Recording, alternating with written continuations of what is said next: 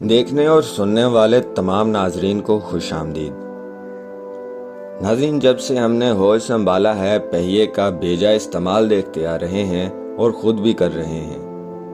پہیے کو بہت عزت ملی ہے، خواہ ایک جگہ سے دوسری جگہ جانا ہو یا کوئی احتجاجی ریلی نکالنی ہو۔ ان دونوں معاملات میں پہیے نے کافی حد تک سہولت فراہم کی ہے۔ تو ناظرین، آج ہم بات کریں گے پہیے کی ایجاد کی اور اس کی تاریخ کی۔ اگر آپ ہمارے چینل پر نئے ہیں تو ہمارے اس چینل کو سبسکرائب کریں تاکہ آپ کی معلومات میں اضافہ ہو، اور ساتھ میں بیل آئیکن کو پریس کریں تاکہ ہماری آنے والی ہر نئی ویڈیو کا نوٹیفیکیشن آپ کو ملے۔ آج سے تقریباً 40,000 سال قبل آگ کی مصنوعی پیدائش پر قدرت حاصل کر لینے کے بعد اگلے کئی ہزار سال تک انسان کوئی بھی بڑی ایجاد کرنے سے قاصر رہا۔ ایسا ہرگز نہیں کہ اس طویل عرصے کے دوران انسان نے کچھ بھی ایجاد نہیں کیا، کیونکہ سوئی، دھاگا، کپڑا، رسی، کشتی اور بانسری کی ایجادات اسی عرصے کے دوران ہوئیں، لیکن ان تمام ایجادات کے انسانی تہذیب و تمدن پر اثرات محدود نوعیت کے تھے۔ محققین کا خیال ہے کہ پتھر کے زمانے کا انسان اگرچہ درختوں کے کٹے ہوئے تنوں کی مدد سے بھاری بھرکم پتھر دھکیلنے کا کام لینے لگا تھا، لیکن اسے پہیے کی ایجاد نہیں کہا جا سکتا۔ آثار قدیمہ کے ماہرین کی رائے کے مطابق پہیے کی باقاعدہ ایجاد 4200 سے 3500 قبل از مسیح کے دوران کسی بھی وقت ہوئی۔ لیکن دلچسپ بات یہ ہے کہ اس ایجاد ہونے والے پہلے پہیے کا استعمال کسی سواری کو دھکیلنے کے لیے نہیں، بلکہ مٹی کے برتن بنانے والے چاک کے طور پر کیا گیا۔ عراق و شام میں دریا دجلہ و فرات کے درمیانی علاقے میسوپوٹیمیا سے ایک ایسے پہیے کی دریافت ہوئی جو تقریباً 3100 قبل از مسیح سے تعلق رکھتا ہے اور مٹی کے برتن ڈالنے والے چاک کے طور پر استعمال ہوتا تھا۔ انسان کی بیشتر ایجادات قدرت کے کسی نہ کسی مظہر سے متاثر ہو کر کی گئی ہیں، لیکن پہیے کی ایجاد کا شمار ان چند ایجادات میں کیا جاتا ہے جو خالصتاً انسانی ذہن کی اختراع ہیں۔ چونکہ ہمارے مشاہدے میں قدرت کا کوئی ایسا نمونہ نہیں جو پہیے کی مدد سے حرکت کرتا ہو، پہلی بار کسی سواری میں استعمال ہونے سے بہت پہلے پہیے کا استعمال گندم پیسنے والی چکی میں بھی ہونے لگا تھا۔ اس مقصد کے لیے پتھر کی دو گول سلوں کو آپس میں جوڑا جاتا تھا۔ اوپر والی سل میں ایک سوراخ ہوتا تھا جس میں گندم کے دانے ڈالے جاتے تھے۔ یہ چکی کے دو گول پارٹوں کے درمیان پس کر آٹے کی صورت میں چکی کے اطراف کی جانب باہر کو گرتا تھا۔ اس 5,500 سال پرانی مشین کا استعمال پچھلی چند دہائیوں تک ہمارے ہاں بھی عام ہوتا تھا۔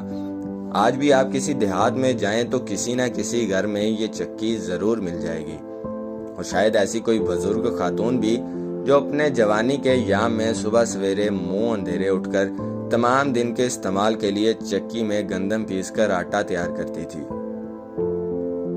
پہیے کو پہلی بار کسی سواری میں استعمال کرنے کا سہرا یونانیوں کے سر ہے، جنہوں نے صرف ایک پہیے پر چلنے والا ٹھیلا تیار کیا۔ یہ ٹھیلا بار برداری کا کام دیتا تھا۔ بعد میں 2500 سے 2000 قبل از مسیح کے درمیان دو پہیوں اور لکڑی کی ایک لٹ کی مدد سے ایکسل تیار کیا گیا۔ ایکسل کی ایجاد کا سہرا سموریوں کے سر ہے، جو قدیم عراق و شام میسوپوٹیمیا کے ایک زبردست جنگجو اور تمدنی لحاظ سے نہایت ترقی یافتہ قوم تھی۔ ایکسل کی ایجاد وہ انقلابی ایجاد ہے جس نے انسانی تہذیب و تمدن کو بدل کر رکھ دیا۔ یہی وجہ ہے کہ اس کو 6 بنیادی سمپل مشینز میں شمار کیا جاتا ہے۔ ایکسل تیار کرنے کے لیے لکڑی کے دو گول پہیوں کے عین بیچوں بیچ ایک عدد سوراخ کیا جاتا، اور پھر ان دونوں پہیوں کو کسی سڈول اور متناسب لٹ کے دونوں کناروں پر اس طرح جوڑ دیا جاتا کہ وہ آزادانہ گھوم سکیں۔ ایکسل اپنی ایجاد سے لے کر آج تک بننے والی تمام مشینی سواریوں میں استعمال ہو رہا ہے۔ دنیا کی کوئی ایسی مشینی سواری نہیں جس میں اسے استعمال نہ کیا جائے، سوائے راکٹ کے۔ قدیم زمانے میں ایکسل کو سب سے پہلے رتھ یا چریٹ میں استعمال کیا گیا۔ رتھ کی ایجاد تقریباً اسی دور سے تعلق رکھتی ہے جب انسانوں نے گھوڑے کو سواری کے مقصد سے پالنا شروع کیا، یعنی لگ بھگ 2300 قبل از مسیح کا زمانہ۔ اس طرح سے ہم کہہ سکتے ہیں کہ گھوڑے کو بطور پالتو سواری اپنانے ایکسل کی ایجاد اور رتھ کی ایجاد تقریباً ایک ہی زمانے سے تعلق رکھتے ہیں۔ رتھ کا تفصیلی ذکر اس لیے ضروری ہے چونکہ اس کی بدولت ہی دنیا کی بیشتر اقوام پہیے کے استعمال اور اس کی افادیت سے متعارف ہوئیں۔ دور دراز کے علاقوں پر حملے کرنا اور زمینی راستوں سے تجارت کرنا ممکن ہو پایا۔ تجارتی سرگرمیوں کو خصوصی فروغ حاصل ہوا کیونکہ سمندری راستے موسم اور ہواؤں کے رخ کے محتاج تھے۔ یہ قدیم دنیا میں بین الاقوامی روابط کے حوالے سے ایک انقلاب کا باعث بنی۔ رتھ کی ایجاد کے ساتھ ہی مقامی شہری ریاستوں کے دور کا اختتام اور وسیع سلطنتوں کے قیام کا آغاز ہوا۔ یہ امن اور جنگ دونوں میں کثرت سے استعمال ہونے والا ایک سادہ سا تانگا تھا۔ اسے ایک ایکسل پر لکڑی کے ایک چپٹے پھٹے لگا کر تیار کیا جاتا تھا۔ موجودہ تانگا اور بگی اس کی جدید صورتیں ہیں۔ قدیم زمانے میں اسے تیز رفتار سفر کرنے، شکار کا پیچھا کرنے یا جنگوں میں ہٹ اینڈ رن کے تحت دشمن پر تیزی سے تیر اور بھالے برسانے کا کام لیا جاتا تھا۔ اس پر بیک وقت 2 آدمی سوار کر سکتے تھے اور 2 یا 4 گھوڑے اس کے ساتھ جوتے جاتے تھے۔ رتھ کی ایجاد پہیے کی ایجاد سے لگ بھگ 1500 سال بعد وقوع پذیر ہوئی۔ آثار قدیمہ اور تاریخی شواہد کے مطابق 2300 قبل از مسیح میں رتھوں کو استعمال سب سے پہلے عراق و شام کے علاقے میسوپوٹیمیا میں ہونا شروع ہوا۔ ان ابتدائی رتھوں کو تیار کرنے کا کارنامہ یقیناً سموریوں کے کسی ماہر کاریگر نے انجام دیا ہوگا جسے ہرگز اندازہ نہیں تھا کہ اس کی اس ایجاد سے زمانے کا رخ بدل جائے گا۔ ان کے پہیے ٹھوس لکڑی سے تیار کیے جاتے تھے۔ جنگی مقاصد کے لیے استعمال ہونے والی رتھوں کو گھوڑے کھینچتے تھے، جبکہ عام روزمرہ زندگی میں وزن کھینچنے کے لیے استعمال ہونے والی رتھوں کو گدھے کھینچتے تھے۔ بعد میں ٹھوس پہیوں کی جگہ موجودہ ٹانگے کے پہیے کی طرز کے لکڑی کے پہیے تیار کیے گئے، جس سے رتھوں کی رفتار میں غیر معمولی اضافہ ہوا۔ سموریوں نے رتھوں کو جنگی مقاصد کے لیے بھرپور استعمال کیا اور جلد ہی اس تیز رفتار جدید ہتھیار سے دور و نزدیک اپنی طاقت کی دھاک بٹھا دی۔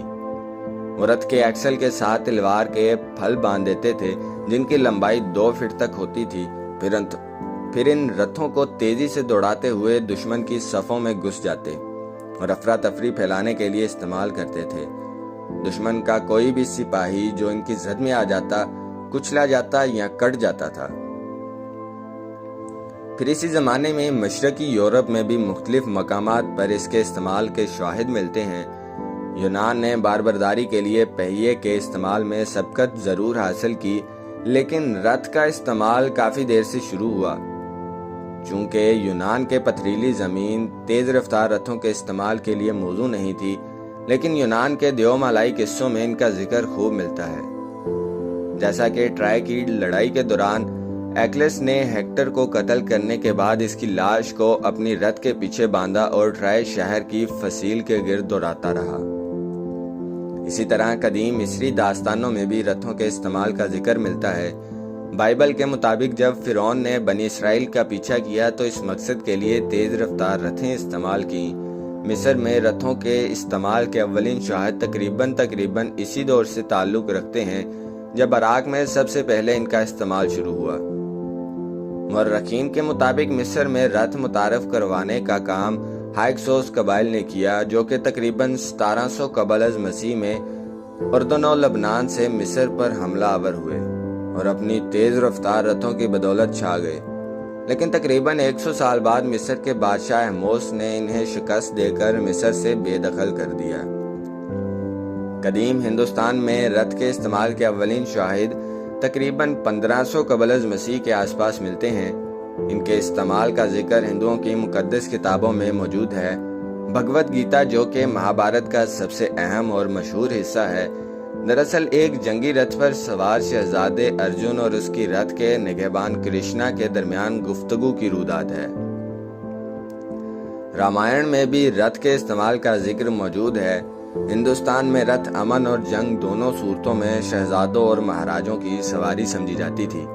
مہاراجے اپنی فوج کے سامنے رتھ دوڑا کر ان کی حوصلہ افزائی کرتے تھے، بعد میں جب رتھوں کا استعمال متروک ہو گیا تو راجے اور شہزادے ہاتھی پر سواری کرنے لگے۔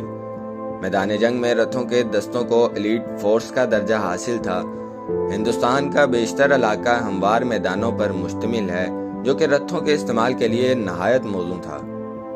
جس تیزی سے یہ سواری اپنی ایجاد کے صرف 500 سال کے اندر پوری دنیا میں مقبول ہو گئی، نہایت دلچسپ اور حیران کن ہے۔ اس زمانے میں ذرائع آمدرفت کے حوالے سے یہ ایک انقلابی ایجاد تھی جسے دیکھتے ہی دیکھتے دنیا کی تمام اقوام نے اپنا لیا۔ لیکن یہ سب ذہن نشین کر لینے کے بعد سوال اٹھتا ہے کہ اس قدر تیزی سے مقبولیت حاصل کرنے اور جنگوں کا رخ بدل دینے کے بعد ان کا استعمال اچانک متروک کیوں ہو گیا؟ جواب یہ ہے کہ انسان نے ابتدا میں گھوڑے کو براہ راست سواری کے لیے نہیں اپنایا تھا، بلکہ پہلے انہیں رتھوں میں استعمال کرنا شروع کیا۔ اگرچہ رتھ کی تیاری اس زمانے میں ایک مہنگا اور مشکل فن تھا، دراصل ابتدائی دور کے گھوڑے موجودہ دور کے گھوڑوں کی نسبت کچھ پست قامت تھے اور براہ راست سواری کے قابل نہیں تھے، اس لیے ابتدائی طور پر انسانوں کو انہیں صرف رتھوں کے آگے باندھ کر استعمال کرنا پڑا۔ بعد میں کئی نسلوں تک گھوڑوں کی مصنوعی افزائش نسل سلیکٹیو بریڈنگ کے باعث ایسی نسلیں وجود میں آ گئیں جو انسان کا بوجھ اٹھا سکتی تھیں۔ دوسری وجہ یہ بھی تھی کہ ابتدائی طور پر انسان گھوڑے پر براہ راست سواری کرنے کو ایک مشکل فن تصور کرتا تھا۔ البتہ تقریباً 500 قبل از مسیح کے زمانے کے بعد گھوڑوں پر براہ راست سواری کرنے کا فن عام ہو گیا اور رتھ کا استعمال متروک ہوتا چلا گیا۔ رتھوں کی اہمیت اور افادیت کو ایک بڑا دھچکا 331 قبل از مسیح میں گاگا میلہ کی جنگ کے دوران لگا، جب سکندر اعظم نے اپنے گھڑ سوار دستوں کی تیز رفتاری اور چابک دستی کا فائدہ اٹھاتے ہوئے ایرانی رتھوں کو مفلوج کر دیا۔ گھڑ سوار دستے تیزی سے اپنا رخ موڑ سکتے تھے اور زیادہ تیز رفتار تھے، جبکہ رتھوں کے لیے ایسا ممکن نہ تھا۔ اس کے ساتھ ساتھ رتھیں صرف ہموار زمین پر ہی قابل استعمال تھیں، جبکہ گھڑ سوار دستے کسی بھی قسم کے علاقے میں کارآمد تھے۔ چنانچہ اگلے چند ہی صدیوں میں رتھیں میدان جنگ سے مکمل طور پر غائب ہو گئیں اور ان کی جگہ گھڑ سوار دستوں نے لے لی۔ لیکن جنگوں میں رتھوں کے استعمال کے متروک ہو جانے کے بعد بھی ایکسل اور پہیے کی اہمیت کم نہیں ہوئی بلکہ بڑھتی چلی گئی، چونکہ روزمرہ زندگی میں بگی اور ریڑھی کا استعمال عام ہو چکا تھا۔ جس طرح ایکسل کوئی 2000 سال تک رتھ کا حصہ بن کر انسان کے لیے کارآمد رہا، ویسے ہی اگلے 2000 سال تک یہ بگی اور ریڑھی کا حصہ بن کر انسان کی خدمت کرتا رہا، جن کو کھینچنے کے لیے گھوڑوں سے زیادہ بیل اور گدھے کا استعمال ہونے لگا۔ صنعتی انقلاب کے بعد انجن اور جدید ذرائع آمدرفت کی ایجاد نے ریڑھی کے استعمال کو بھی کم ضرور کر دیا، لیکن ایکسل اور پہیہ ابھی بھی جوں کا توں استعمال ہو رہا ہے۔ پہیے اور ایکسل کی ایجاد کی بدولت انسانی زندگی کو زبردست تیز رفتاری عطا ہوئی اور وہ دنوں کا فاصلہ گھنٹوں میں طے کرنے لگا۔ انسانی تہذیب و تمدن پر اس ایجاد کے کیا اثرات مرتب ہوئے ہیں، اس بات کا اندازہ لگانے کے لیے بس ایک لمحے کے لیے یہ تصور کر لیجئے کہ ان ذرائع آمدرفت کے بغیر دنیا کیسی ہو جائے گی۔ آپ کو گھر سے بازار تک جانے میں کتنی اضافی مشقت برداشت کرنی پڑے گی۔ مجھے امید ہے کہ مستقبل میں یقیناً جدید ایجادات کی مدد سے موجودہ تیز رفتار ذرائع آمدرفت متروک ہو جائیں گے، لیکن پہیے اور ایکسل کی اہمیت و افادیت عدم تک بدرجہ عدم برقرار رہے گی۔